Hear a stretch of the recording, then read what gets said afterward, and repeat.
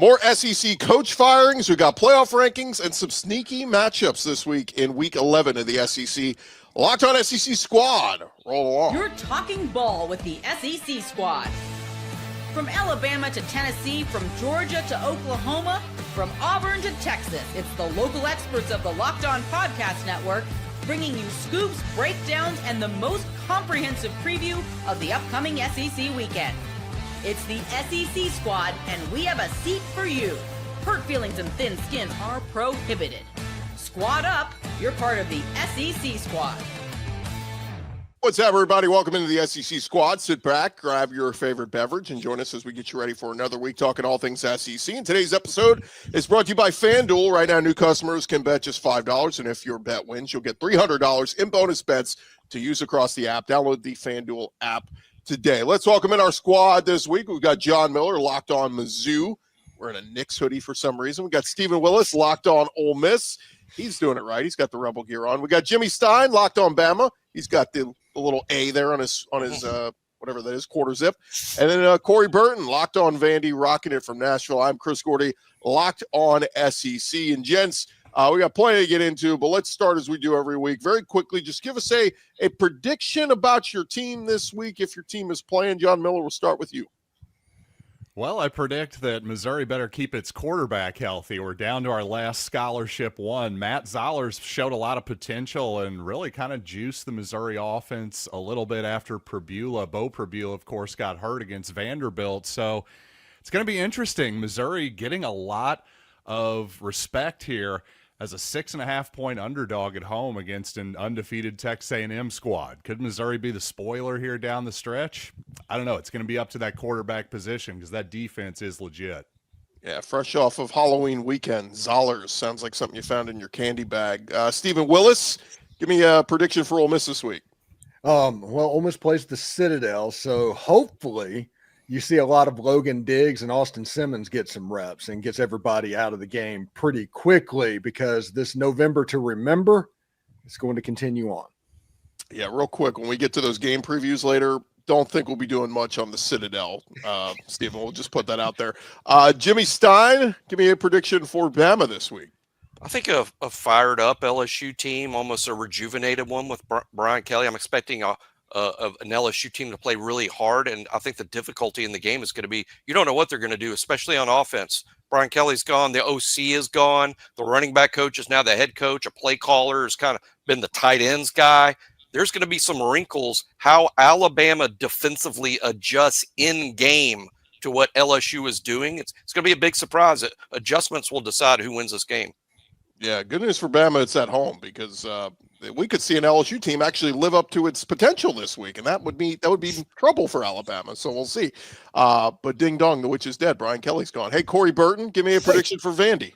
Well, for one, hopefully they learned how to tackle in the perimeter. Because that was very, very poor, if I'm being nice, against Texas. So hopefully they'll learn how to figure out how to tackle Cam Coleman at some point. And I think this team is going to have a major bounce back against an Auburn team who's going to theoretically get that interim coach bump with DJ Durkin. So that'll be an interesting game right there. How A, Vanderbilt bounces back, and B, what Auburn looks like, because I really have no clue with DJ Durkin and all past things about Auburn. You can just kind of wipe off the table there. That's the funny thing, guys, is and that's where I wanted to go next. We did have another SEC coach fired this week. We had Sam Pittman at Florida. We had Sam Pittman at Arkansas. We had Billy Napier at Florida. We had Brian Kelly at LSU, and now we have Hugh Freeze out at Auburn. And very funny that we're saying this, like we don't know what to expect. We just saw Billy Gonzalez reinvigorate Florida, and they nearly pulled off the upset of Georgia this past week in that rivalry game. But what did you guys make of Hugh Freeze being fired, and are there more to come with 4 SEC coaches already out? I don't know about more to come, but like I feel like with Hugh Freeze, I feel like an Auburn fans probably sharing the sentiment is it's about time. Like the operation just looked lost. DJ Durkin and the defense just looked like they were on an island, and they couldn't really do anything to juice the team because all their efforts were wasted because the offense couldn't really do much. And then I don't know. It just seemed like the culture was toxic and bad, and just this is a breath of fresh air for them. It seems like from a few of the comments in some of my videos and watching some of Zach's stuff this week, it seems like the team is rejuvenated and kind of rallying behind DJ Durkin. So all in all, it was a much needed and welcomed move by the players and the fans. Yeah, you never want to be the game one with an interim coach.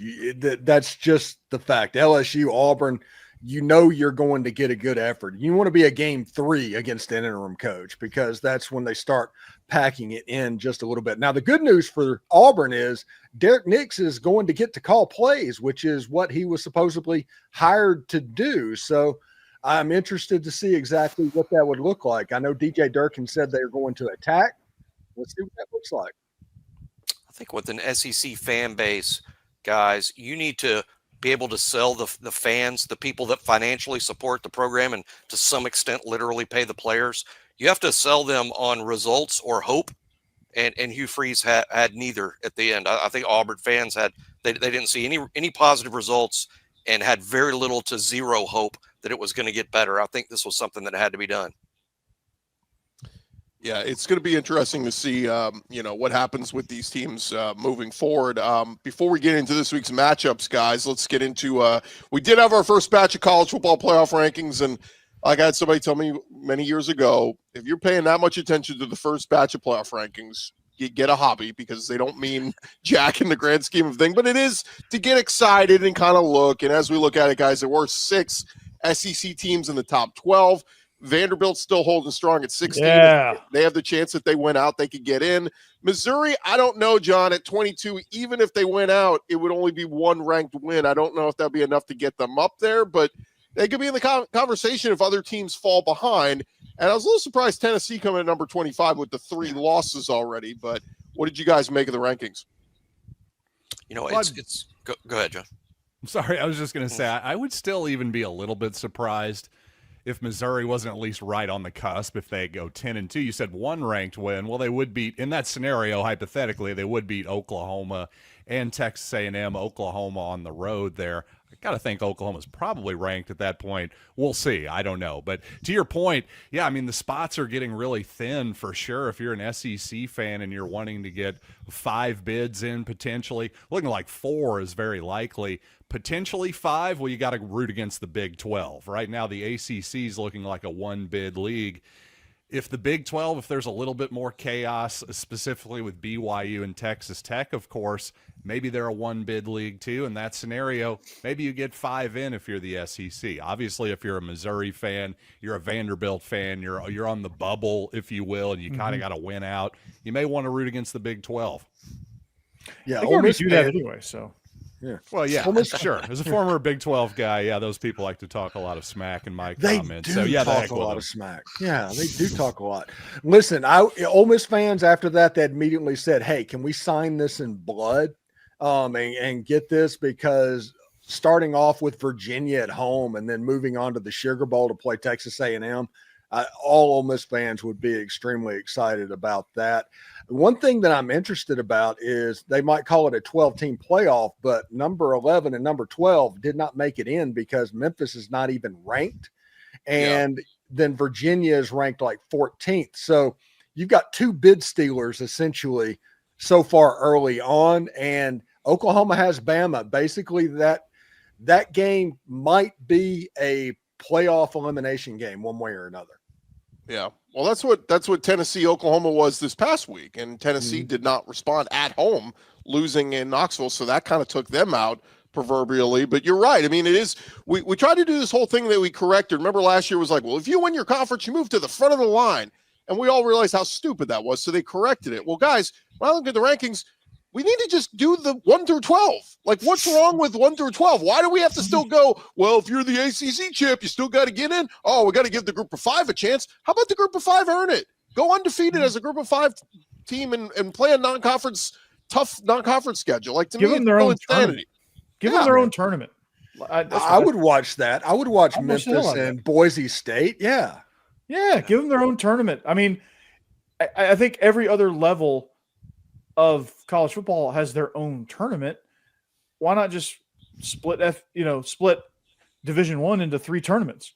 P4, G5, and FCS, and just crown 3 national champions in Division I. There's nothing wrong with that. Yeah, I'm with Chris about what he said earlier. You can't look at these first batch of rankings and assume a lot, because it's really, all the jigsaw, puzzles going on the floor from here, and you're, we'll see there's a lot of football left before the rankings that really matter. But I do think you can look at these rankings to determine how the committee's thinking. Are they looking at the metrics and the numbers, or are they going by eyeball test? Because you need to know that as we go along. And what's a little frustrating to me is they clearly went by the metrics as to why Georgia Tech's way back and BYU has teams with losses in front. They clearly, to some extent, took strength of schedule into account in the metrics.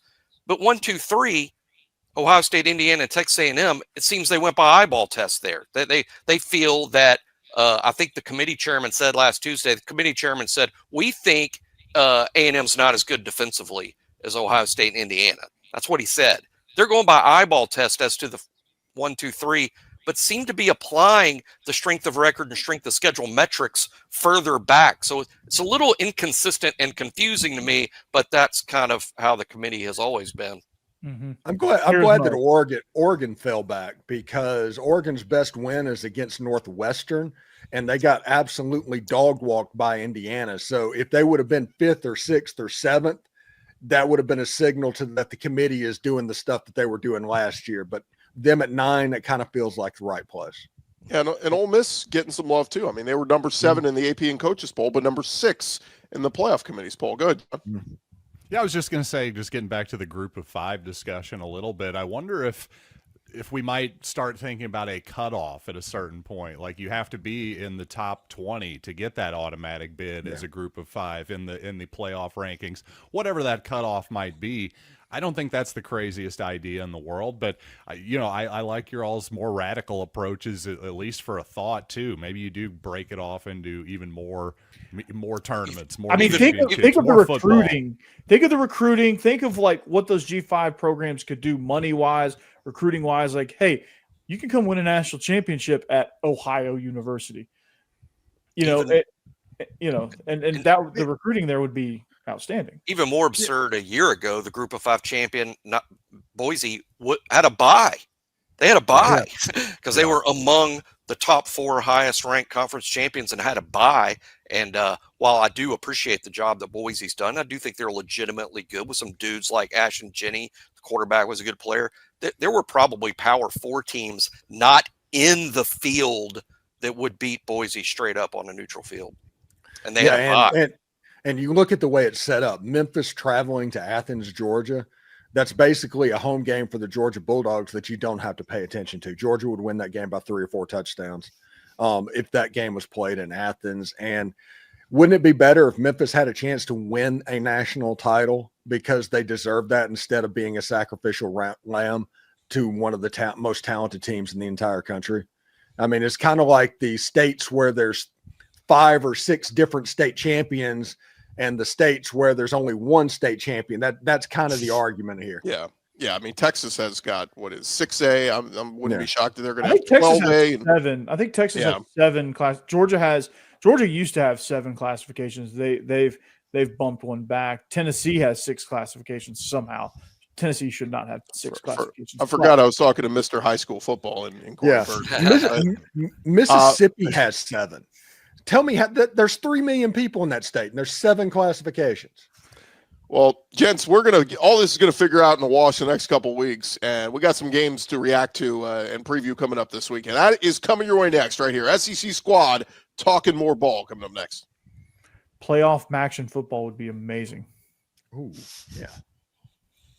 Back to the squad in just a second, but first, when the opening whistle blows on a new repair, get your crew moving forward with SupplyHouse. Order today and see parts on your doorstep tomorrow. Over 280,000 plumbing, HVAC, and electrical items from the most trusted brands in the business. Their real-time inventory and honest lead times keep you from punting projects, while their industry-leading customer service always has your blind side covered. If you need parts fast for a project, SupplyHouse is next day delivery. Talk about a game changer. The part finder tools and 3D schematics, they can save you hours on jobs where every detail matters. And their Trademaster perks like priority shipping and dedicated support make the whole process smoother.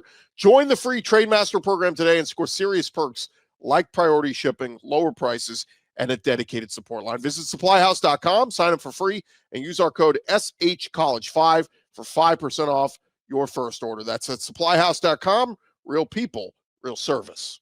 All right, gents, SEC squad rolling along here. Let's get into some of the matchups in the SEC this week. And, we kind of had some of these games these last few weeks that I describe as sneaky, where, like, you look on paper and you go, this team's supposed to blow this other team out. But it continues on, guys. So many games in the SEC this year are decided by one score or less. It just keeps happening. Nobody's blowing anybody out barely. So let's get into some of these games. Let's start with your game, John, 2:30 Central on ABC. It will be 8-0 undefeated Texas A&M at number 22 Missouri. You mentioned already about Matt Zollers being the guy, but what's the recipe here? I mean, is this going to be – do you have to lean on Ahmad Hardy and get that run game going? Yeah, I would certainly think so, but I'd like to see the return of the dink and the chunk offense for Missouri because Zollers really does have a heck of an arm. I mean, he's a high-level high school prospect. Of course, he's a true freshman. You'd like him to have some more experience, but I think if you're Missouri, you got to lean on that arm strength if you're going to win this game, and definitely lean on that Missouri defense for sure. I think that Tiger defense is good enough to certainly bother the Texas A&M offense. Like you say, I just wonder if the Tigers are going to have enough offensively to win the game. But on the whole slate, I really think all of these SEC games have the potential to get weird. Does anybody else think A&M is going to come crashing back down to earth at some point? If Missouri had Bo Prabula this weekend, I would be almost like adamant that I sort of like Missouri in that spot. But I think Zollers, he's the real X factor here. I mean, it's hard to imagine a true freshman making his first start against the number 3 team in the country with all that's at stake. I think it might just be too much for him. But if they had Prabula this weekend, I'd be like, hey, watch Missouri to upset A&M. A&M due to lose. They've played a lot of close games and are probably due to lose. I just don't know that Zollers is enough. Yeah, I mean, those edge guys for Missouri, I think, are going to give A&M fits. Yes. I mean, I've said it. I got a little bit of pushback on some of my comments, but I said, Zion Young and Damon Wilson are two of the best edge players, the best edge duo probably in the country. Most definitely the league. I mean, those guys are ballers, man. And Marcel Reed is going to have to contend with that. Colin Klein's going to have to contend with that and figure out how to game plan for those guys. And to add to that, it's not like they're not tough on the inside too. That nose guard, John, I don't know what his name is. Chris McClellan, probably. McClellan was just bench pressing Vandy's center all day long and just had control of him all day long. And that was impressive too. Yeah, the most important thing in this game is going to be Missouri staying on schedule. You can't being 3rd and long against this Texas A&M defense. They'll eat a freshman quarterback for breakfast because they eat senior quarterbacks for breakfast when you have long yardage. So you're going to have to stay on schedule. Ahmad Hardy has to have that game, and you need to not run the quarterback because when you run the quarterback, you risk an injury. And as John said, this is their last scholarship quarterback. Yeah, and just quickly an obvious point, but on the true freshman making his first start, hey, better at Faurot Field than Kyle Field. That's for sure. Yeah. And let's say this on Matt Zollers. He was a top 100 recruit. This isn't, he's not some slappy that's just being thrown out there. This is a guy that was, 4-star and number 93 in the composite rankings. So that dude has boys, man. He's good. He's got a cannon for an arm, and he's athletic too. Pretty good size, 6'3". I mean, he's an impressive player. So he's an impressive talent. We'll see what happens on Saturday, though. And a true freshman quarterback going off against Texas A&M, that's not exactly a new thing. So it could happen. I'll tell you guys, too, I'm one of the awards I vote for, the Lombardi Award. They announced their 13 finalists this week. Cassius Howell from A&M is one of those finalists. He has been a monster this year at A&M. So watch where he is. Don't let him get close to Zollers or it can be trouble. Everybody feel like, are we picking A&M? Matt, John, are you rolling with Mizzou? What are we doing here? I think I gotta go with a Larry Johnson L. See, there we go. That brought the New York Knicks thing together. No, an L for Missouri. Unfortunately, I think it would be insane to pick Missouri this week. Quite honestly, do it, John. But not so insane. Again, 6.5 points. I'm telling you, there's a little psychological thing there where our fans over at FanDuel are going, take Texas A&M, take Texas A&M. This game could be a lot closer than most people think.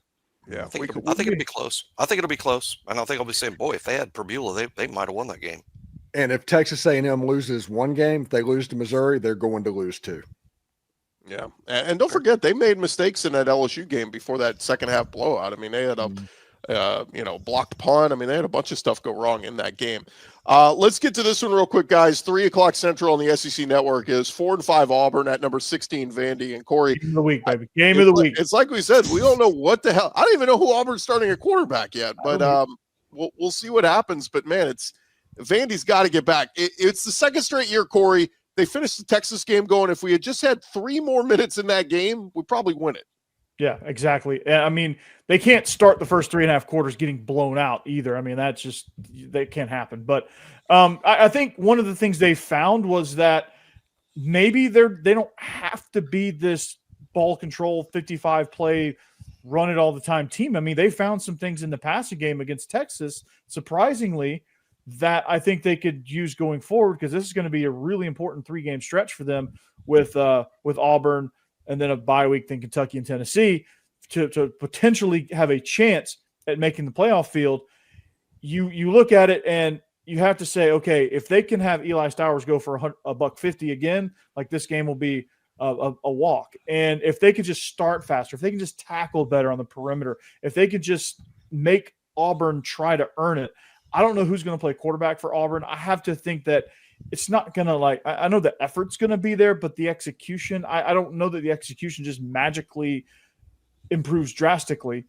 I think, you're going to get some effort plays and you're going to get a few things defensively for Auburn that they haven't done all year because of the interim bump. But Vandy just has to go back to playing disciplined football. Don't beat yourself with penalties and turnovers, and just make Auburn beat you instead of essentially giving the game to them by poor tackling, penalties, and turnovers.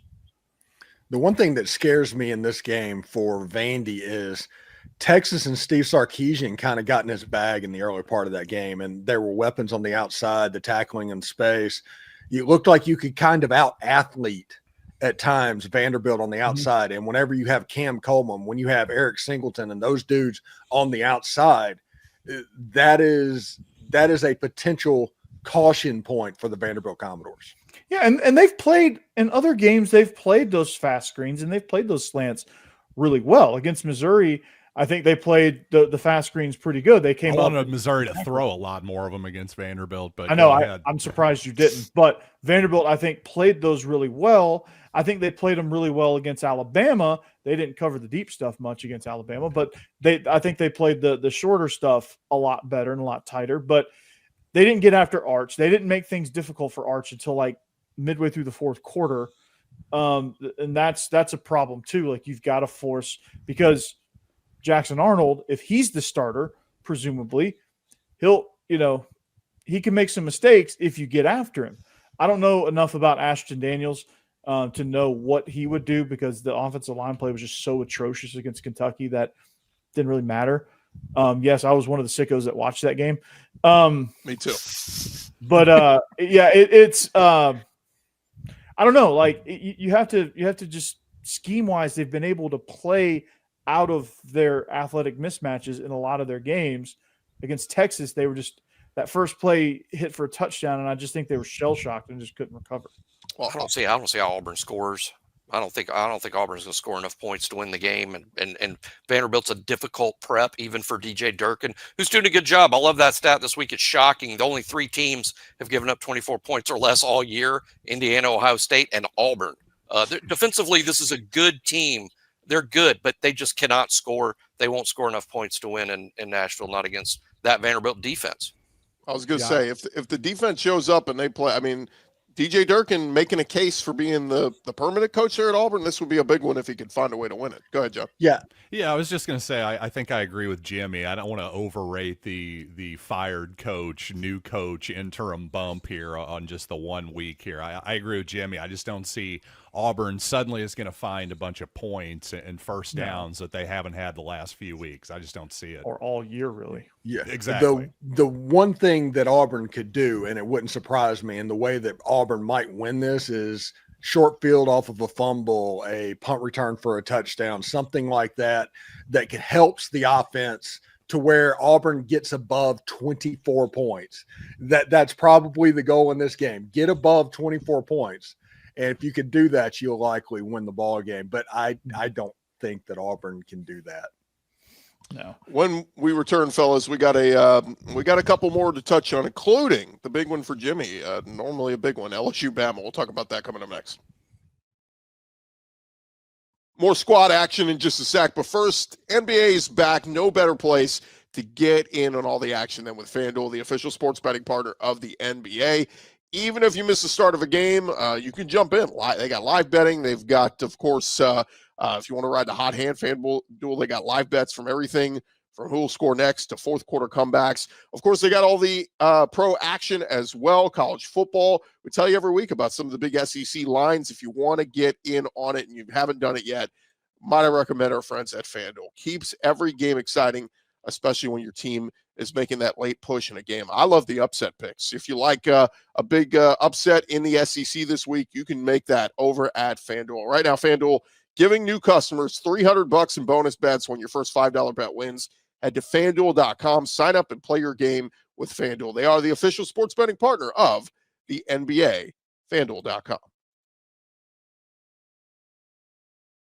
SEC squad talking more ball, and gents previewing some of the games this weekend. We got LSU 5-3 at number 4 Alabama. This one before the season, I thought, oh, this is going to be a big one. LSU not living up to those expectations, firing Brian Kelly. That said, Jimmy, I look at that roster. There's still a ton of talent, NFL talent. I think a lot of these guys are going to hear their names called, in next April in the draft. So for Alabama, they can't let their guard down, but it feels like that's been the story of this season has been Alabama not letting their guard down and continue to play their game and keep winning. Yeah, Brian Kelly didn't get fired because he wasn't signing enough dudes. I mean, this is just a typical LSU's got dudes. They always do. I think the difficulty for Alabama, I mentioned it earlier in the show, is LSU's going to make changes on offense. There's no question they are. The running back coach is now the head coach, the tight end coach. He's going to call plays. There were probably, imagine this, staff dissension under Brian Kelly. The assistants probably wanted to do some other things, and Brian Kelly said, no. Now we're going to see those other things, whatever they are. I think Alabama has to implement a defensive plan based on 8 games of LSU tape. But then the game's going to start Saturday night, and LSU may be doing something completely different. I think in-game adjustments that Alabama defensive coordinator Kane Womack is going to make will be the key. Because if LSU can score 20, 24, 25 points, their defense has been good all year. Their defense will give them a chance to win if their offense can score into the mid-20s. Alabama's only averaging 29 points a game against SEC competition. I think if LSU can find points that haven't been there the last couple of weeks, this can be a close game. I suspect LSU is going to play very hard, and they typically play well in Tuscaloosa at night. I think it's going to be relatively close, but in the end, Ty Simpson throwing to his great receiving group has been just a bit more efficient than Garrett Nussmeier throwing to his talented group. I like Ty and Alabama's receivers to win the game, but it's going to be tight. I would say, the line's around 10.5. I think Alabama wins by around 9 or 10. Jimmy, you make a great point with the receiving cores and Alabama's offense. I think they're going to have to find a way to take it, early to mid fourth quarter. Like Ty Simpson's going to have to go on some drive, I think, to really either put the game away where it's like tight, or maybe if it's like a close game and they're just like 4 points down, kind of like what Georgia did against Florida. You have a drive like midway through the fourth quarter to go get that win against a fired up LSU team. And I think that's what it's going to come down to. And I trust the Heisman hopeful and his talented group of receivers versus Nussmeier, who behind a kind of a pitiful offensive line almost, especially at the tackle position. They've just been subpar all year.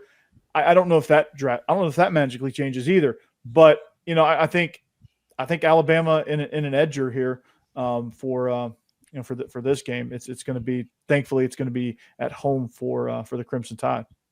And I will predict that in this game, Michael Van Buren is going to get to play. He is going to lead a touchdown drive for the LSU Tigers, and that is kind of the wrinkle in the package in this ball game. And that's going to make this game a lot closer than people thought it was going to be. Again, this is a first game with an interim coach. You never want to be the first game.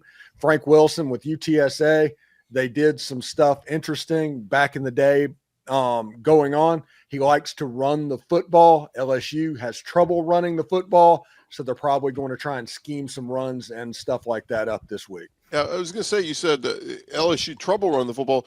They don't try to run the football. When they've run the football times, they've had success at some points, but like they don't stick with it. Against A&M, Harlem Berry had some great runs in the first half. Do you know he carried the ball once in the second half against A&M? Like, that's how you lose games. And so I think you guys make great points. To me, though, Jimmy, we talk about the Heisman. Ty is building the resume.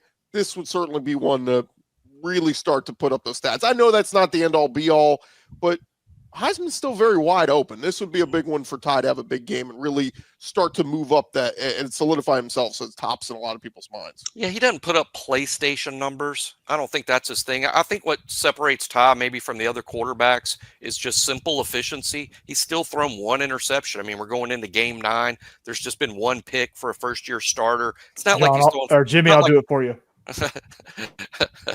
Yeah, I get it. That's probably a terrible thing to say out loud for the Alabama fans listening, but it's not like he throws for 400 yards. It's not like Ryan Williams and Jeremy Bernard are on track for 1,000-yard seasons. Again, they're only averaging 29 points a game against SEC opponents, but Ty's been very good keeping Alabama, keeping the chains moving, possessing the ball, very few 3-and-outs. They possess the ball and don't make mistakes, force LSU's offense to drive the length of the field to score multiple times to win the game.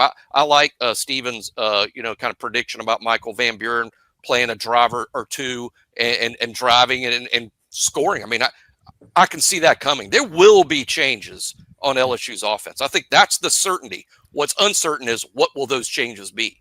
Yeah. Stop putting the statue and Nussmeier back there. If he can't move, put somebody back there who can move. I mean, that's hey, our O-line sucks. Let's keep drop back and passing. Like, what are we doing here? Yeah.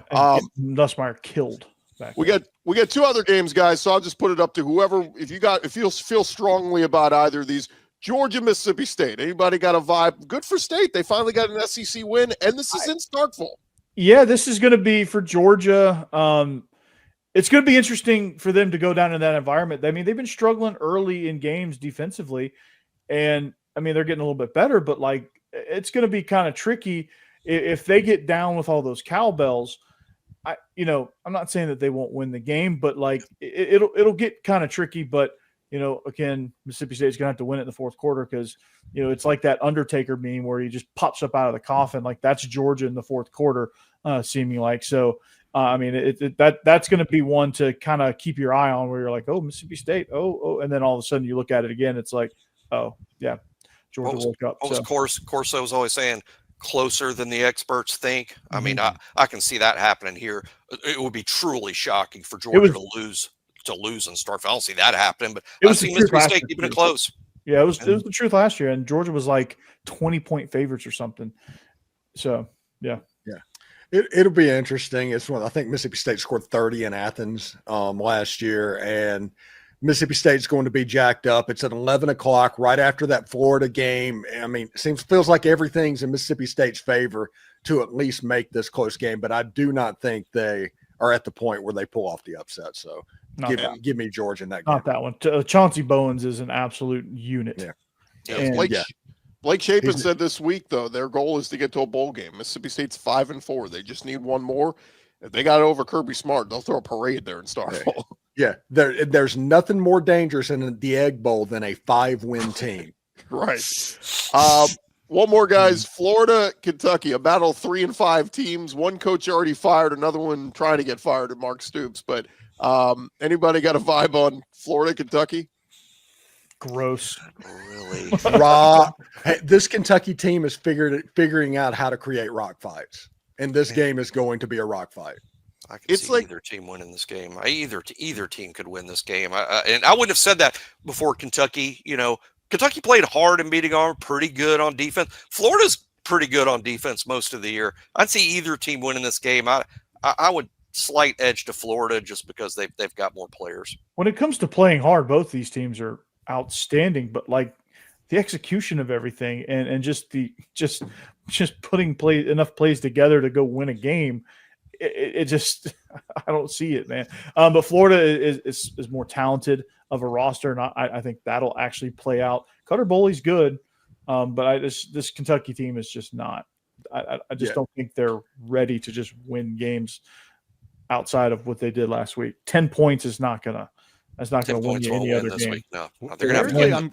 It won't win. Really, I'm kind of getting a pro-Kentucky vibe here. Maybe it's the New York Knicks shirt and Karl Anthony Towns went to Kentucky, of course. But I don't know. There's just something about Florida and Kentucky here. I'm thinking Florida, if you're a Gator right now, you're going, what? Sorry, what? Lexington, we're 3-5. What do we have to play for? If you're Kentucky, I know it's the portal era, but at least historically, Kentucky beating Florida means something to that program. Can they not get up for this one? Do they not care about Mark Stoops at all? I don't know why. I just feel like Kentucky's going to win this one.